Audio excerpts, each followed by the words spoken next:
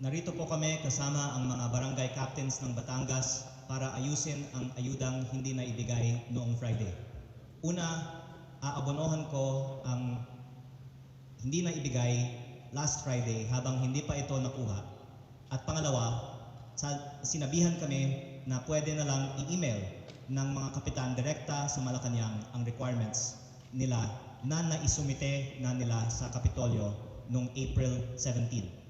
Kaya baka pwede pong magpaliwanag ang mga kapitans kung anong nangyari, at kasama ko po si ABC President ng Bayan ng Taal at si ABC President ng Bayan ng Nasugbu, na sila din po ang nakipag-ugnayan sa ABC ng Batangas. Hello. Magandang hapon po sa inyo, sa ating kagalang-galang punong bayan, Mayor Nini Bainto, sa ating pong masipag at napakabait na congressman, Sir Leandro Ligarda. Sa ating pong mga kapatid sa tungkulin, magandang hapon po sa inyo lahat. Ang masasabi ko po sa mga bagay na ito, bago po nangyari ito, ay kami po malimit mag-usap, hindi po kalaro ka po. Sapagkat nang pong araw ng Miyerkules, ay kami po ay nag-usap na sinabi po na sa akin na ibisi at tayo po ay mayroong pagpupulong tungkol sa 200K. Okay. Madalit sabi po, sinabi niya sa akin na bigyan na ako ng hanggang alas 10. Pagkatapos ng alas 10, tatawag ako sa inyo. Madalit sabi po, alas 5 na po ng hapon hindi natawag. Minarapat ko po ako tumawag sapagkat marami na po mga kapitan nangungulit sa akin. Sa kabila po na ang sagot niya ay hindi rin natapos ang pagpupulong sa Kapitolyo. Kaya sinabi po niya sa akin na bigyan mo ko ng bukas uli ng hanggang alas 10. Inintay ko po ang mga bagay at oras na sa kanyang sinabi. Sa kabila po noon ay wala rin natupad. Nang ulitin ko po sa kanya ng 24 nitong buong pagkasalukuyan, pista po ng Halangyon. Sinabi lang niya sa akin ng umaga, ibisi, pasensya ka na, hindi kasama ang Taal at saka ang Nasugbo. Ikaw ay, sir, mawalang galang na po. Ano po namang kadahilanan at hindi napasama ang aming barangay? Gayon din po ang Nasugbo. Kapitan, tatapatin na kita. Sa padalawang pagtawag sa inyo ni Gobernador na hindi na kayo nakadalaw, ay nagtampuraro ang Gobernador sa hindi nyo pagkadalaw.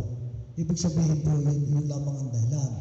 Para po namang napakababoy yata. Ang unang-una po, pinaabot ko po sa inyong pangalaman, lalo higit po dito sa aking mga kapatid sa tungkulin sa Taal. Hindi po ako nakapag-coordinate sa kanila kay Gobernador. Ang nakapag-coordinate po dyan ay si Kapitan Bert. Siya po ang nakikipag-usap. Gaya mo bang po, ako po naman ipalipasay sa akin po, mga kasama, kilala nyo ang aking kulay, lalo higit ang aking pangalan. Ang hindi ko po ay oo. Ako po ay nasunod din. Kung baga man po ako ay Pangulo, ay ako'y sumunod din. Kaya lamang, sinabi ko rin po ito kay Mayor. Mayor, para kung ang mga kapitan ay kinakailangan sa Kapitolyo, pumunta, sinabi ko nila, abay walang problema.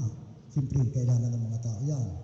At ipinaabot alam ko din po sa inyong mga kasama na yun po sinasabing na pinipigilan ni Mayor at pinipigilan ni Congressman Leandro, wala pong katotohanan yan.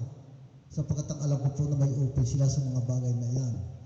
At ang isa pa po, matapos po yung bigayan na hindi makasama, lumalabas din po na kami daw po ay hindi nagsumiti ng mga requirement. Sa madalit sabi po ay sa maniwala kay Chente, pag hindi po pang-tatlo, kami po ay pang-apat. Nang tumawag po sa akin yung aming sekretary sa Liga, si Teresiel, sinabi niya, ABC, last day ngayon, alas 3. Alaon na po, tinakbo po ng halating oras lamang ang Batangas. Madalit sabi po ng RP kung maipasa, okay. Pero wala po naman silang binigay sa amin na receiving copy. Pinagmamastan ko din po naman yung mga iba na mga ABC, wala din po naman ibinibigay na receiving copy. Kaya po pagkatapos po noon, kami po ay umuwi na. Ito pong mga dalawang araw na nakaraan. Ito pong aking pisa naman, siguro may kilala nyo si asawa ni dating Kapitan Totoy ng Barangay Lagile. Iyan po ay pangkasal, hanggang sa kasalukuyan. Yan po ay empleyado rin niya ni Gobernador Vilma. Napapunta po siya sa amin. Hindi ko nga po alam na sabi niya, minsan baka ikaw may binibintay niya. Alam ko na ikaw may binibintay niya apartment. Ay, di magalit siya po, ipinakita ko naman yung aking ibinibintang apartment. Halos kami nga po ay nakasundo.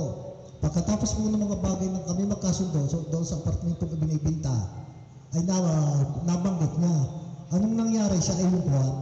Sa inyong 200K, kakapisan parang malabo yata. Ay siya, baka ako ay makakatulong. Ay kako siya, di sabi ko siya, salamat mga pisa ko, okay matutulungan. Binulit ko pa sa kanya. Alam ko, ikinatulong, ilubos-lubusin mo na bilang tayo pagpisan. Oo naman, natutulong ako, ibang tao, ikaw pa naman. Yun po ang maliwanag mga kasama. Madalit sabi po nung kinabukasan, ng gabi, kami po ay may paliga.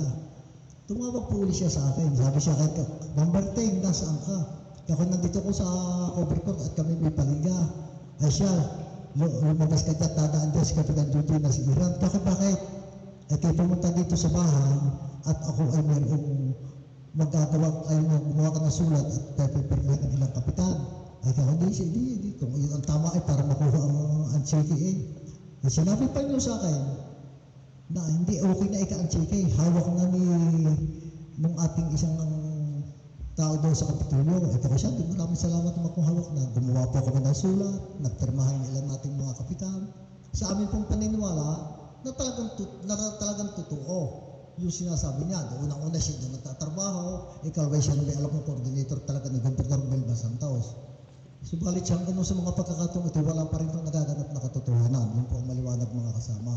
Na parang nalabas pa na wala nang parang mangyaring cheque, ikaw ito. Pero sana naman, paniniwala ko naman hanggang sa mga oras na ito, dadating at dadating. Hindi nga lang, sabi nga ni Bukal Report noon, hindi lang po ang masabi kung kailan. Yun po ang maliwanag mga kasama. Yun po ang buod na pangyayari. Kaya yun po nga sinabi, yan po ay walang dagdag at walang kabawas-bawas. Yes, sir. Ito po.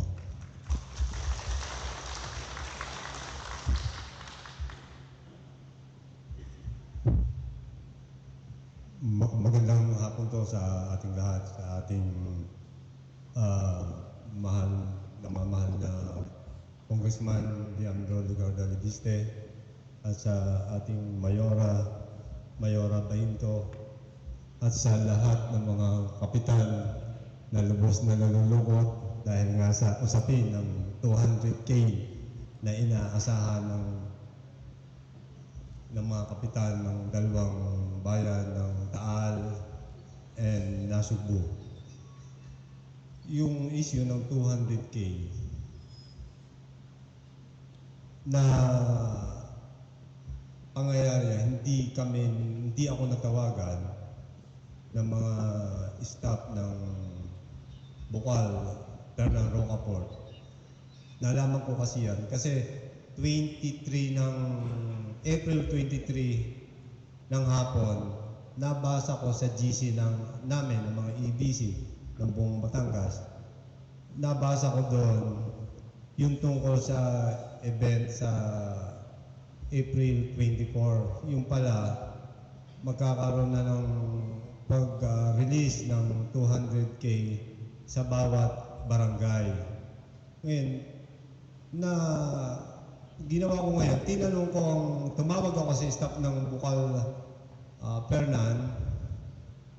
Ang sabi nila sa akin, Kap, hindi ka ba, wala pang natawag sa iyo? Sabi ko, wala naman. Sabi kong ganon. Kaya ang sabi nila, kakausapin daw nila si Bukal kung bakit ang Nasugbu ay hindi tinatawagan. After nun, hindi na naman ako nag-usisa pa kung bakit niya hindi kami nabigyan. Nung 24 ng umaga, tinawagan na ako ng Bukal Pernan. Ang sabi sa akin, EBC, hindi ka nga ba nakasama sa bigayan hindi ka pa tinawagan yung tungkol sa 200K? Sabi ko, Bukal, wala po. Ang sagot niya naman sa akin, pasensya ka na, hindi kami nag-ayos niyan. Bayan mo at gagawa namin ang paraan yan, tatawagan kita. Yun lang po. Natapos po yung event, wala na tumawag sa amin. Tapos yung issue ng tungkol sa kami ay pinigilan ng congressman para hindi pumunta doon sa event. Saka ang mayor, walang issue na kami ay kinausap nila. Nalaman lang nila, nakita nila doon sa video na bakit wala ang nasugbo sa Kaantal. Sabi ko, hindi po namin alam yon. Yun lang po ang nangyari. Tapos ngayon itong mga after noon, may mga tumatawag naman sa aming mga kapitan, sa ilang kapitan na lumalapit na mga tao na tutulungan daw ng mga taong lumapit niya sa aking mga kapitan. Siyempre yung mga kapitan tumawag sa akin. Ang sabi ko, huwag kayong magtiwala dyan, mahirap yan. Siyempre ang susundi lang natin kung ano yung itinawag, sasabihin sa atin ng Bukal Rocoport, doon lang tayo. Ilang po ang dapat nating paniwalaan, sabi ko sa kanila. Hanggang kanina yata para may tumatawag pa rin na mag-aayos sa aking mga kapitan. Sila daw ang bahala para lang ma-release yung 200K. Yun lang po. Maraming salamat po sa inyo. Hello. Matapos po mapakinggan natin ang ABC ng Nasugbo, ay susunod po naman magsasalita yung po aking mga kapatid sa tungkulin na talagang may mga kapitan din po ng Taal.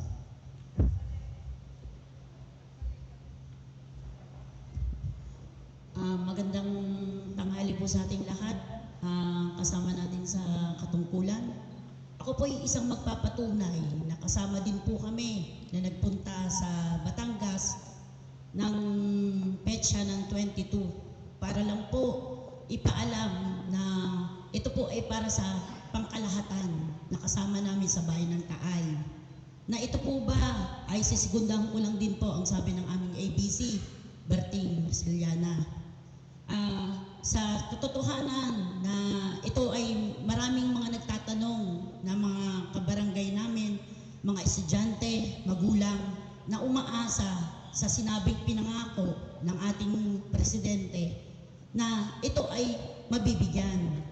At kami naman po bilang ina at ama ng barangay ay umasa na gumawa rin kami ng paraan na kami pumunta doon para sa pangkalahatan, hindi sa pansarili lamang. Ngunit, ang sinabi po doon sa amin ay talagang kami po ay magpapatunay sa sinabi ng aming ABC na ito po ay sinabi namin doon, kami po ba ay makakaasa na mapapasama kami sa dadating na Biyernes sa pagdating ng ating Pangulo sa Batangas. Ngunit, ang sinagot sa amin, papangalawahan ko ulit ang sinabi ng ating ABC na ito po daw ay makukuha pero hindi alam kung kailan. Yun po ang talagang tunay na sinabi po sa amin doon ng mga tao ng ating gobernador. Sana wag niyo pong mamasamain na bilang isa, ina ng barangay at ama ng barangay. Dahil kami po nakamukha sa aming mga kabarangay. Kung hindi po namin to kung hindi po naman po namin ito ibibigay sa aming mga kabarangay, kami naman po ang walang muka na may haharap. Bilang sabi po nga, sila po ang nagsabi sa amin na isa doon, hindi ko na siguro para kung sino siya, na ang sabi niya sa amin, hindi kami ang magdidesisyon dahil sekretarya po niya ang nagsabi sa amin noon dahil merong mas nakakataas na sila po ang magdidesisyon. Yun po at yun po ang talagang pawang katotohanan sa amin pong paglakad doon. At kami po ay nakausap din po ng aming Vice Bert De Leon, si Rocoport, na ang pagkakasabi po niya, gagawan natin ng paraan na para mapabigay sa inyo ang nararapat na para sa inyo. Sana lang ang pakiusap namin kung ano yung sinabi niyo sa amin doon ay hindi naman sana kami po ang lumalabas na hindi nagsasabi ng totoo. Yun lang po.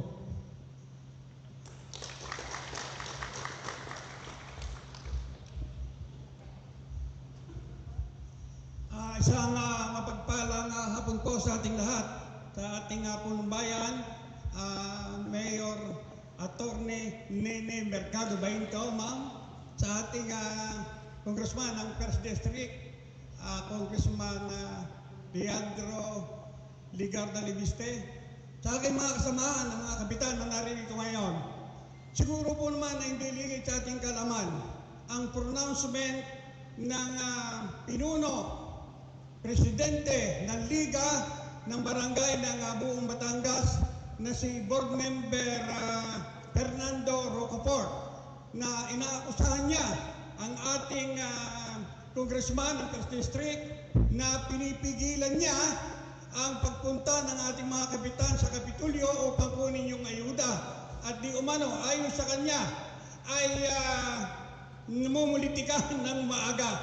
Pero sa tingin ko naman ay napakalayo sa katotohanan ang sinasabi ni board member. Kontra doon sa sinabi ng ating ABC na siya mismo ang nakasaksi na tampo dahil sa dalawang patawag ni Governor ay hindi nakapunta ang mga kapitan ay tampo. Kaya positive na talagang tampo, kaya siguro tayo ay hindi pinatawag. Sa kapaintulutan ng dalawang ABC na narito, at siyempre sa mga kasamahan natin narito ng mga kapitan, ay iminumungkahi ko po para mapatunayan natin na walang kasalanan, wala hindi hinihimok ng ating congressman na wag pumunta sa Batangas para kunin ang ayuda. Ay aking pong minumungkahi na sana sa pagsangayon ninyong lahat ay maimbita lahat sa Kongreso itong 84 na ABC kasama ng mga kapitan upang patunayan na ang ating congressman ay walang sinasabi na wag pumunta sa Batangas para wag kunin ang ayuda. So yun lamang po at maraming salamat sa inyo lahat.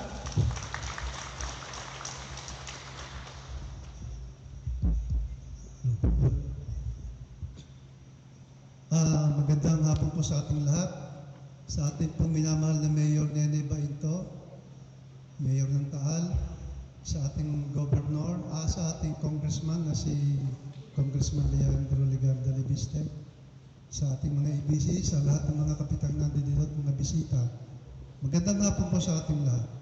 Ito po tungkol sa 200K na sinasabi ng gobyerno ni BBM.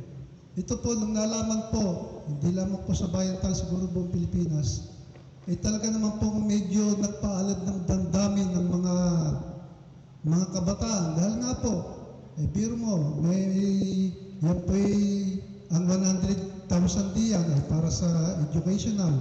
Dito tuwang-tuwa na po mga bata. Saka magkakaroon pa po ng kaunting project na kung ano man sa 100. Natuwa po ang lahat ng barangay.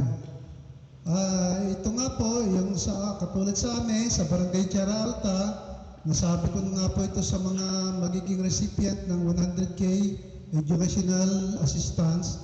Tuwang-tuwa po ang mga bata. Kaya naman po, yung pangyayaring ito ay talagang medyo malungkot. Dahil nung pong time na magkakaroon na po ng payout o pag-release ng cheque sa Kapitolyo ng Batangas, medyo nalungkot po kami po mga taga-bayan ng Taal, mga kapitan. Dahil nga po, nalaman po namin na hindi raw kasali ang bayan ng Taal, kasama po ng bayan ng Nasugbu, na hindi mapapasama sa payout. Hindi nga ho namin malaman kung anong dahilan. Kaya ang ginawa po namin, kahit paano po, gumawa po kami ng nung kami nasa panic mode, kami po ay nag-usap-usap ng ibang mga kapitan at tumanap po kami ng solusyon. Ang amin pong napag-solusyonan magpunta po kami ng Kapitolyo para amin pong itanong kung ano man po ang nararapat na gawin, kung paano namin makukuha yung 200K na yon. At bilang respeto naman po, bago po kami nagpunta sa Batangas, Kapitolyo, kami po muna humingi ng basbas sa aming mayor, Nene Bainto. Siyempre po, bawat galaw namin, kailangan malaman muna ng aming mayor na kami, Mayor, nilakad po kami po pupunta doon. wala naman pong atubili, wala naman pag-atubili na sabi, sige, magpunta kayo at payan naman po para sa kapakanan ng ating mga kabataan. Madalit sabi po, wala naman sinasabi sa amin si Mayor na huwag kayong pumunta. Nagpunta po kami dahil may basbas po ni Mayor, pinapunta po kami.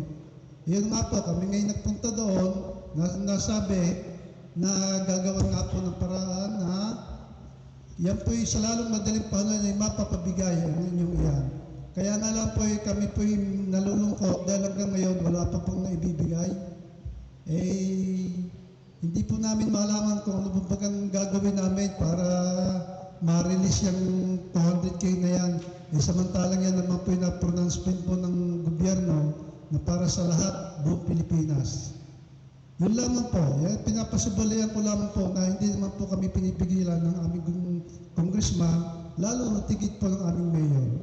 Yun lang po. Maraming salamat po sa inyo. Isang magandang mapagpalang hapon po sa ating lahat at syempre po sa ating kagalang-galang Congressman Leandro.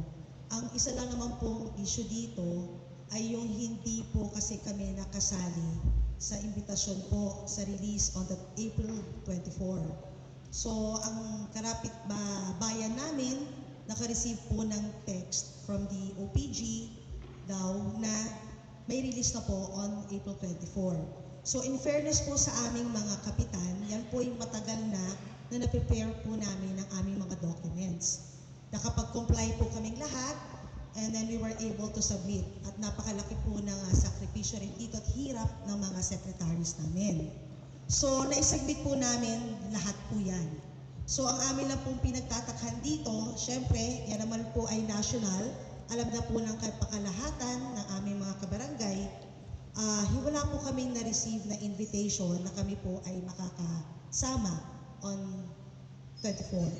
So, kami po ay nagkasundo, ang mga kapitan, nagpunta po ang ilan sa amin last April 22, doon po sa Kapitolyo.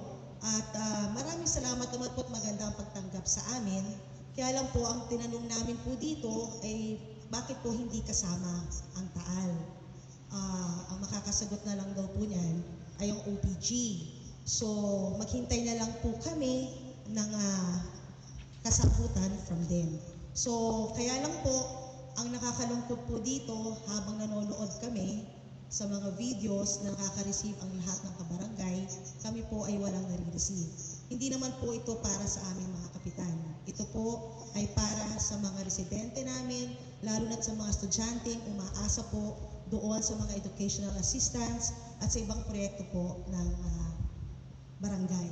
So, ang amin lang po dito ay sana naman po ay maibigay pa rin po sa amin yung 200,000 kasi po marami po ang makikinabang po dito at maraming salamat.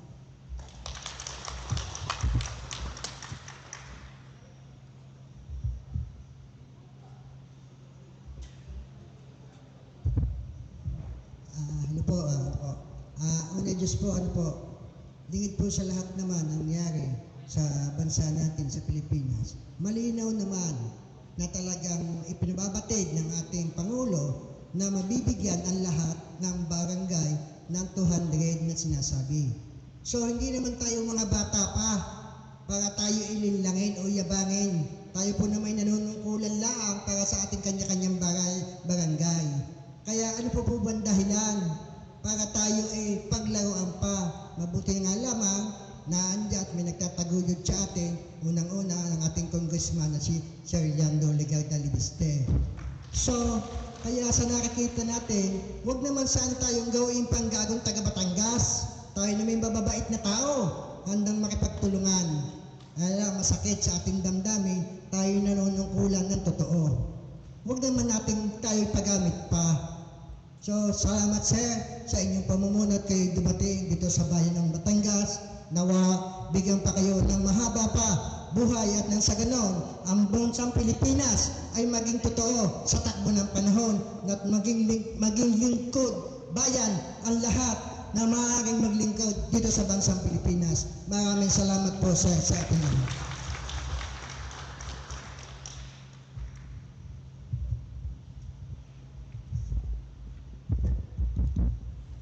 Maraming salamat po sa lahat ng mga kapitan na pahayag ng kanilang karanasan ukol sa bawat barangay makikinabang program. Tayo po ay live din ngayon sa Facebook at may ilang mga natanggap tayong katanungan. Ang isa po ay ano naman po ang tugon natin sa pahayag ni ABC President ng Batangas na si Fernan Rocafort. Para ko lang pong linawin sa lahat ng mga nanonood, si ABC President Rocafort ay ABC President ng Lipa City. At ang 84 barangays na hindi sinama sa programa nung Biyernes ay hindi naman Lipa City. Kaya baka ang akala po kasi ng iba, si Rocafort ay kumakatawan para sa 84 barangays, pero ang sakop niya bilang ABC ng Lipa ay Lipa City, at siya po ay pinili din para paglingkuran ang buong Batangas. Pero narito nga po tayo kasama ng mga kapitan ng mga bayan na hindi nabigyan ng tulong noong Biyernes, at ako po ay nagpapasalamat sa kanila na galing na po sa kanila mismo ang impormasyon na ito. Dagdag ko din po tungkol sa isa ko pang na-post ngayon sa Facebook, kung pwede pong i-flash sa screen ito. May iba pang bayan sa aking distrito, ang unang distrito ng Batangas, na nakasama naman sa programa nung Friday. At sila po ay kinontak ng Kapitolyo at gumawa po ng bagong group chat ang Kapitolyo para sa kanila. Ang nakalagay po sa kanilang group chat, ang gumawa ay staff ni Governor Vilma, at ito daw po ay para po muna sa 6 na nandito sa GC na to, at nakalagay din po dito, iwasan po ang mag-screenshot. Pero ang lumalabas po dito,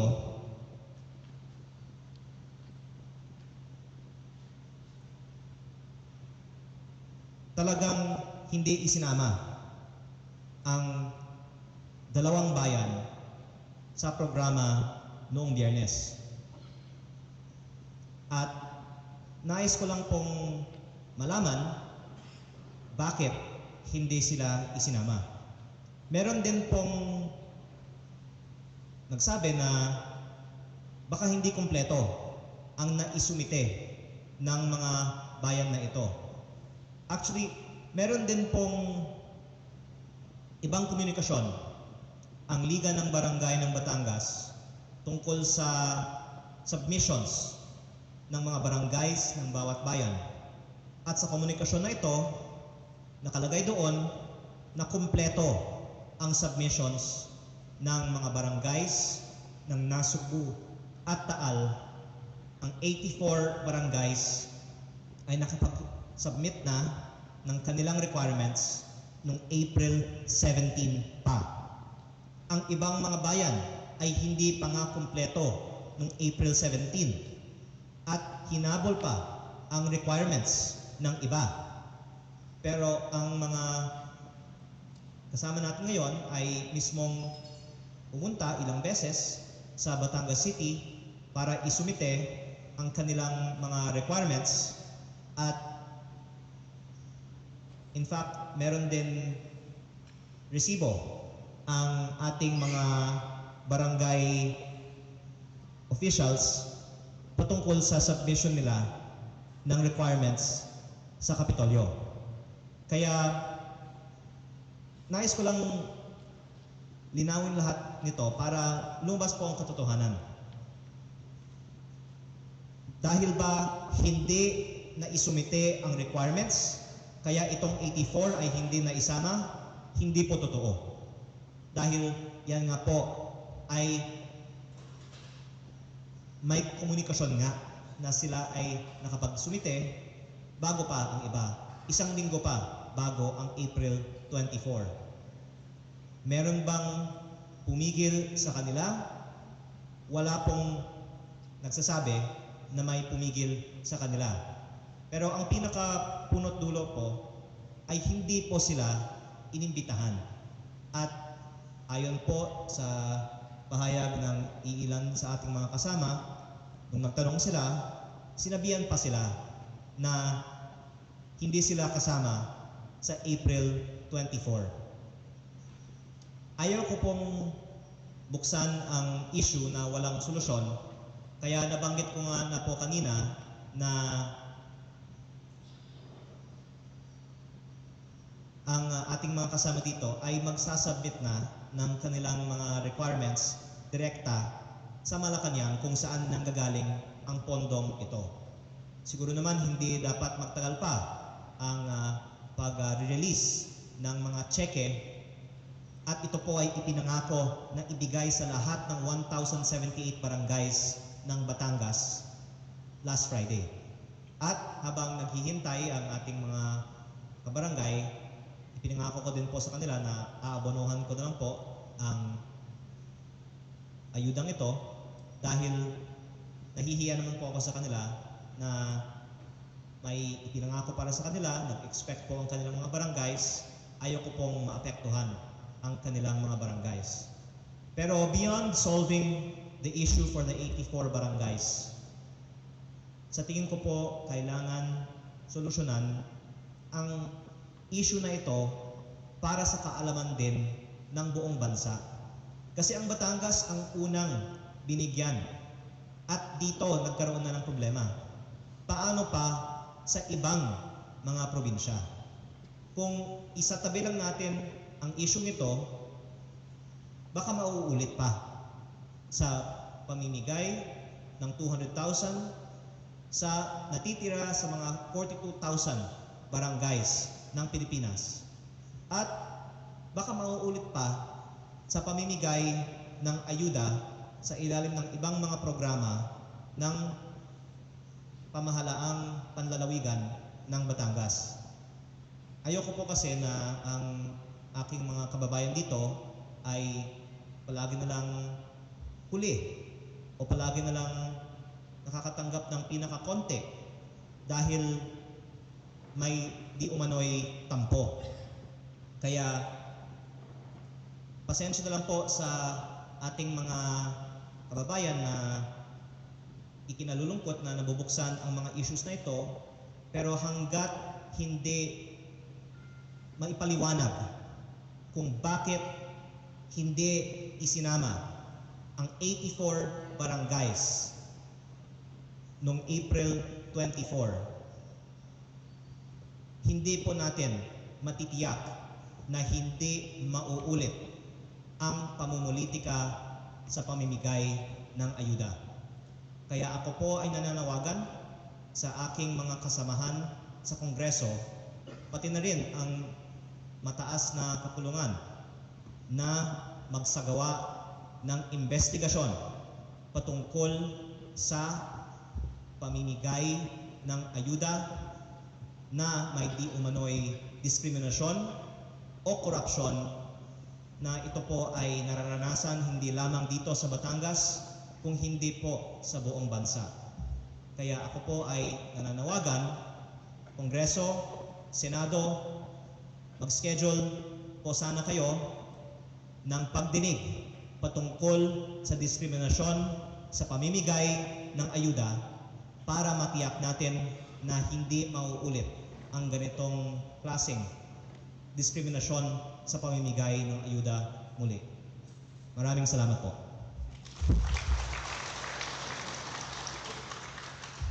So I think that ends our Facebook Live, pero kung sakali po may iba pang mga